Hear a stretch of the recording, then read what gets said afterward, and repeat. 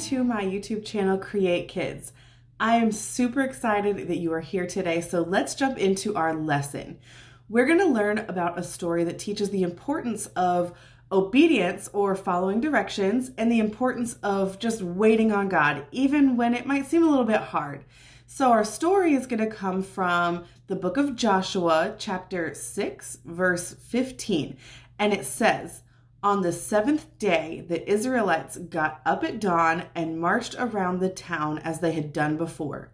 But this time, they went around the town 7 times."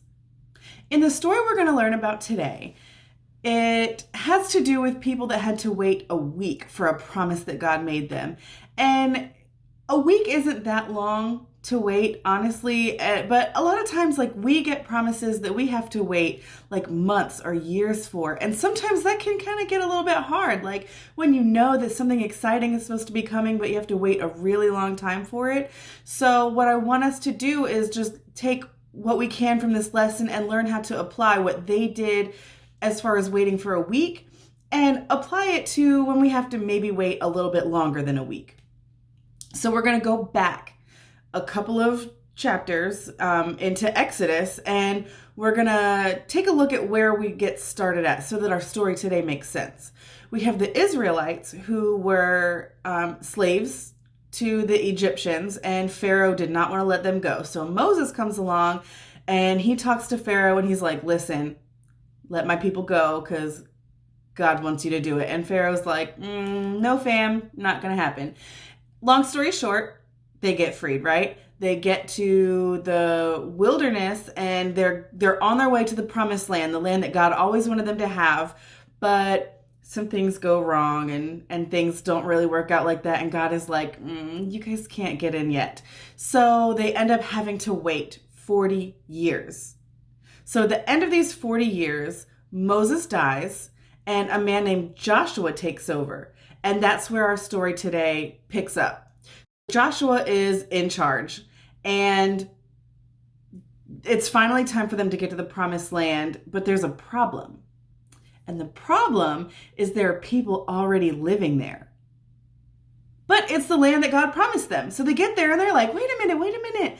Who are these people? How are we supposed to take this land over? So Joshua goes to God and he's like, "Sir, you promised us this land, but there are people there.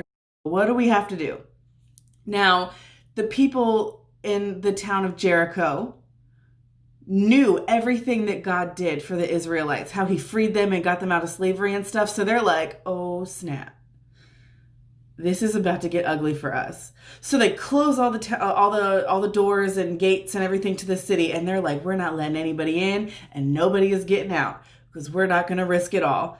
So the Israelites see this and they're like, that's what God promised us?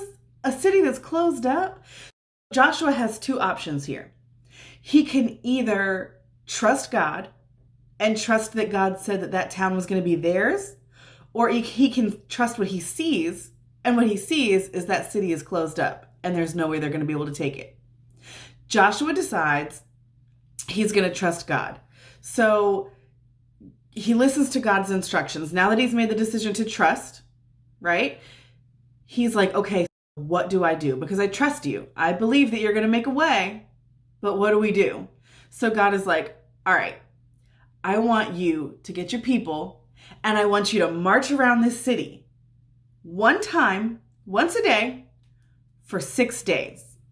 And then on the 7th day, I want you to march around that city 7 times.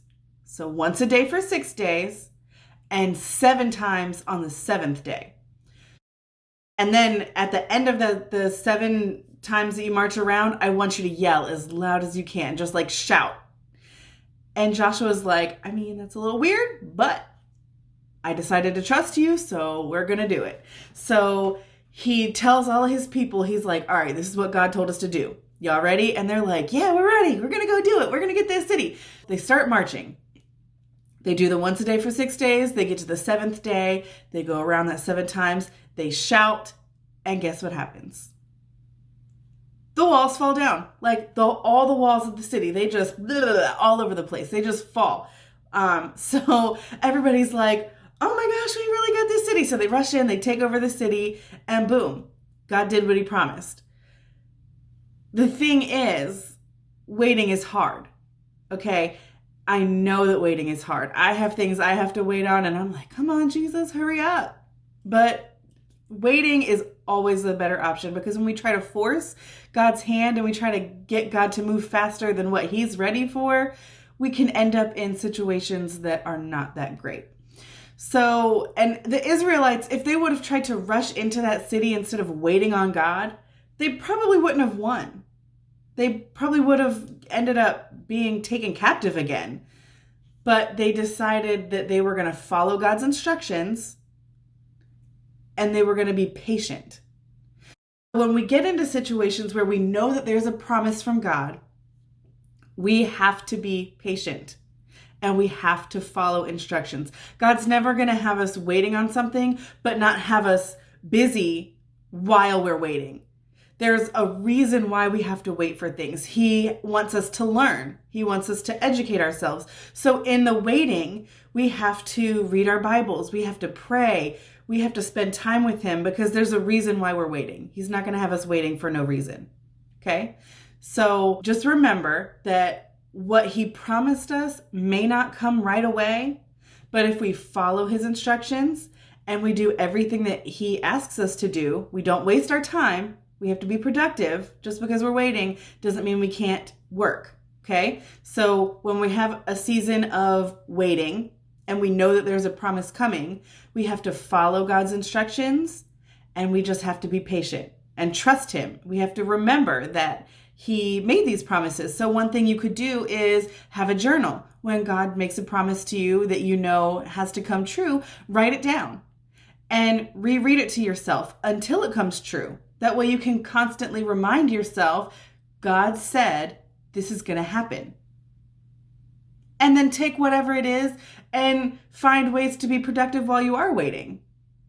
That way your time is filled with just, instead of you just sitting around all the time like, okay, God, all right, I'm waiting. You can be productive, because when you're busy, you're not going to think about the waiting. You're going to be busy doing whatever God told you to do. And then when the promise comes, you're going to be like, oh my gosh, just like when the walls fell for the Israelites. When it happened, they were like, oh my gosh, the walls just fell.